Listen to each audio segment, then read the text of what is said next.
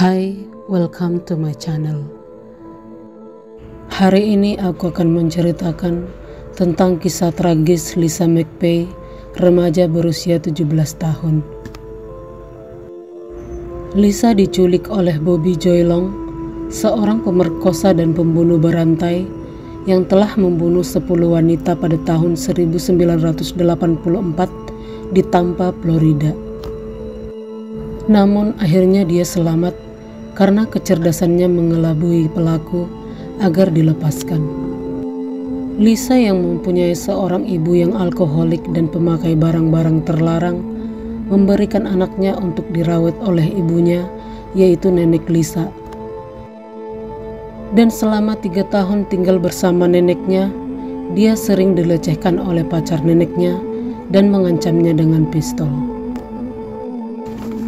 Pada malam sebelum penculikan, Lisa sebenarnya sudah berencana untuk mengakhiri hidupnya dan sudah membuat surat karena dia sudah tidak tahan lagi dengan penderitaan yang dialaminya. Pada 3 November 1984, Lisa menyelesaikan shift kerjanya sekitar jam 2 pagi. Dia mengatakan bahwa dia merasa bahagia hari itu untuk pulang, memikirkan bahwa penderitaannya akan segera berakhir setelah dia mengakhiri hidupnya malam itu. Saat bersepeda di jalan menuju rumah neneknya, dia memperhatikan dan mencurigai sebuah mobil merah yang terparkir di kegelapan. Namun dia menepis firasatnya dan terus melakukan perjalanan. Namun tiba-tiba dia ditarik paksa oleh seseorang dan mengancamnya dengan pistol. Pria itu kemudian memasang penutup mata, menyuruhnya membuka bajunya, lalu mengikatnya. Dengan mengancamnya, pria itu menyuruhnya untuk tidak berteriak, dan jika dia melayaninya dengan baik, dia akan melepaskannya. Lisa kemudian dimasukkan ke dalam mobil, dan penculik itu mulai menjalankan mobilnya. Setelah beberapa menit, penculik itu kemudian menyuruhnya memakai pakaiannya dan melepaskan tali pengikatnya. Akan tetapi dia tidak membuka penutup matanya dan kemudian mengeluarkannya dari dalam mobil dan membawanya ke sebuah apartemen. Dan saat tiba di dalam, pria itu melemparkan Lisa ke tempat tidur. Kemudian dia melakukan hal-hal yang tidak senonoh kepadanya dan menyakitkan pada Lisa. Setelah selesai, Lisa merasa kosong, marah terhadap semua yang telah terjadi kepadanya selama ini, dan keinginannya untuk mengakhiri hidupnya semakin besar. Akan tetapi saat itu, dia tiba-tiba teringat akan adik-adiknya, dan keinginannya bertahan hidup tiba-tiba muncul dengan kuat, dan berpikir bahwa dia harus selamat dan keluar dari tempat itu. Dia kemudian meminta izin ke toilet, tapi ditolak. Namun Lisa mengatakan kalau dia akan membuang air kecil di tempat tidur. Penculik itu pun kemudian mengizinkannya, dan rencana Lisa untuk bisa sendiri berhasil. Dia lalu berusaha meninggalkan sidik jarinya di mana-mana, di kaca, di dinding, dan hampir setiap sudut. Dia ingin meninggalkan jejaknya di sana, agar suatu hari dia bisa mengatakan bahwa dia pernah di sana, atau polisi bisa mengetahui bahwa dia pernah di sana jika dia tidak selamat. Lisa berpikir, jika dia ingin selamat, dia harus memainkan permainan berbahaya untuk mendapatkan kepercayaannya. Lisa kemudian mengajaknya berbincang-bincang dan bertanya mengapa dia melakukan hal itu. Pria itu mengatakan karena dia sering dikecewakan oleh wanita, dan Lisa memanfaatkan hal itu dengan mengatakan padanya bahwa Lisa bersedia menjadi pacarnya. Lisa juga mengatakan bahwa dia tidak akan memberitahu orang-orang awal pertemuan mereka. Dia lalu memuji penculik itu dan mengatakan dia terlihat seperti orang baik. Lisa berusaha membuat seolah-olah pria itu sudah menguasainya, dan dia sangat menghargainya. Dan Lisa tahu sedikit saja kesalahan akan membuat pria itu membunuhnya. Pria itu lalu tiba-tiba berkata bahwa dia tidak akan menahan Lisa dan menyuruhnya untuk tidur dan istirahat dan semuanya akan segera berakhir. Sekitar jam 3.30 pagi, pria itu membawa Lisa keluar ke mobilnya, lalu membawanya sambil tetap menutup matanya. Dan saat itu Lisa merasa bahwa hidupnya kemungkinan akan segera berakhir.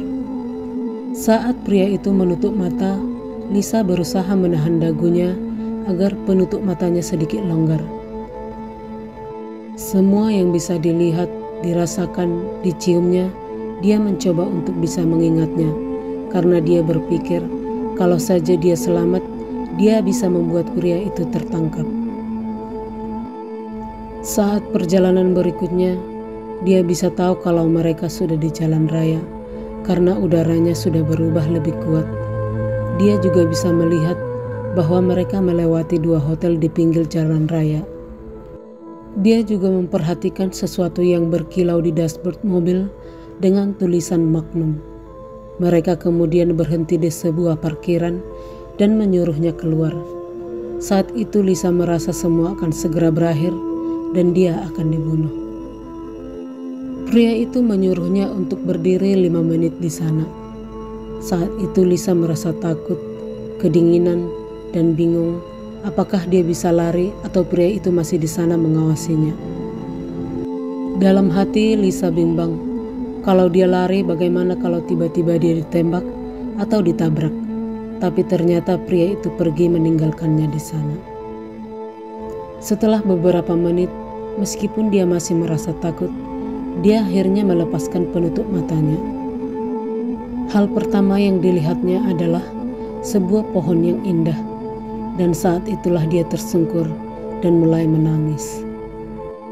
Namun kesusahannya belum berakhir, karena saat dia melaporkan hal itu, polisi tidak percaya melihat kondisi Lisa yang terlihat baik-baik saja dan tidak seperti korban penculikan.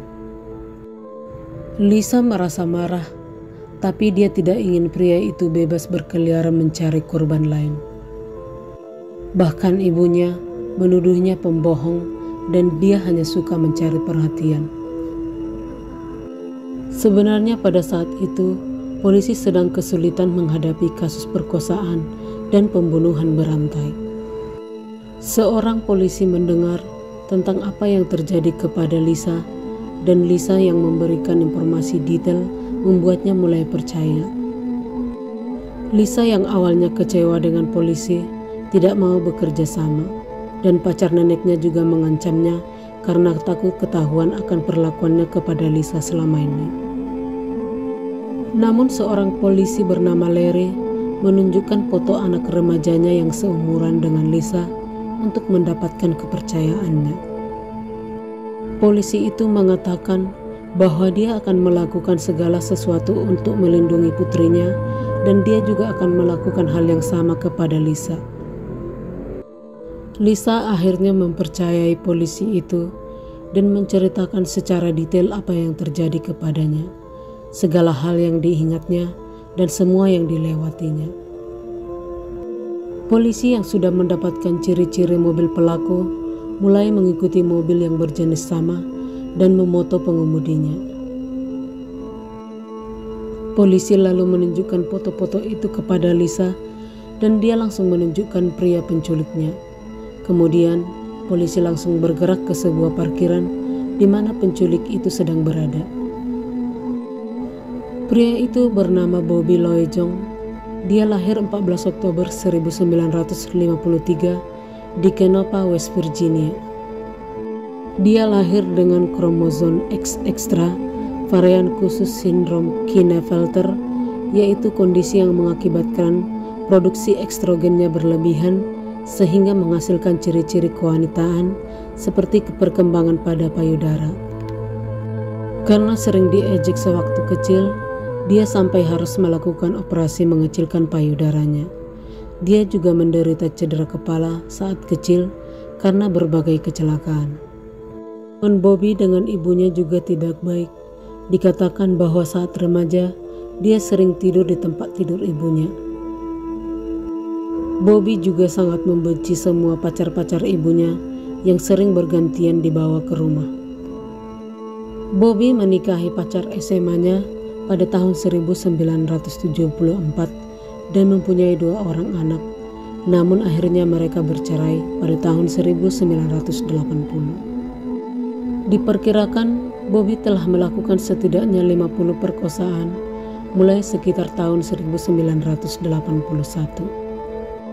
Pada tahun 1981, dia dituntut atas perkosaan, namun akhirnya dibatalkan.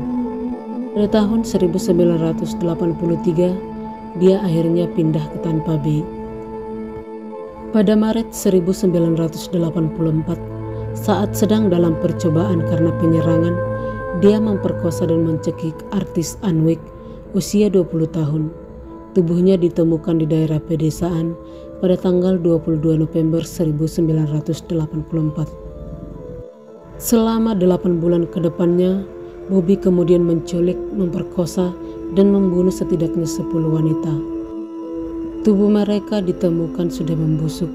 Ada yang dibuang di dekat pinggir jalan pedesaan dan ada yang dibuang di hutan. Bobby menargetkan wanita muda yang renta, seperti wanita yang berjalan sendirian. 5 diantaranya adalah wanita malam, 2 penari eksotik, 1 pekerja pabrik, 1 pelajar, dan 1 lagi tidak diketahui pekerjaannya. Setelah polisi menangkap Bobby berdasarkan informasi dari Lisa, dia akhirnya bisa dikaitkan dengan pembunuhan melalui serat karpet merah yang ditemukan di tubuh beberapa korban. Bobby melakukan pembunuhan sejak Maret 1984 sampai November 1984. Dan dari semua korbannya pada periode itu, hanya Lisa yang selamat. Seandainya sejak awal polisi mempercayai Lisa, kemungkinan mereka bisa menyelamatkan Virginia Lee Johnson, usia 18 tahun yang dibunuh 6 November, dan Kim Marie Swan, usia 21 tahun yang dibunuh 11 November. Pada persidangan September 1985, dia mengaku bersalah atas 8 pembunuhan dan penculikan serta pemerkosaan Lisa, tanpa kemungkinan pembebasan bersyarat. Pada Juli 1986, Bobby dinyatakan bersalah dan dijatuhi hukuman mati. Akhirnya pada 23 April 2019, Gubernur Florida menandatangani surat perintah kematian Bobby. Permohonan banding Bobby ditolak dan dia akhirnya dieksekusi pada 23 Mei 2019 dengan cara disuntik mati setelah dipenjara kurang lebih selama 30 tahun. Pada tahun 1995, Lisa sempat bekerja di Departemen Taman dan Rekreasi. Ketika suatu hari dia melaporkan adanya pembobolan di kantornya, polisi melihat potensi berpikir Lisa yang seperti polisi, lalu menawarkannya untuk masuk ke kepolisian. Pada tahun 2004, setelah menyelesaikan sekolah akademi polisi, dia ditempatkan di departemen yang sama yang menangkap Bobby. Dia juga bekerja sebagai petugas sumber daya sekolah menengah dan mengajari siswa cara menangani situasi yang berpotensi berbahaya.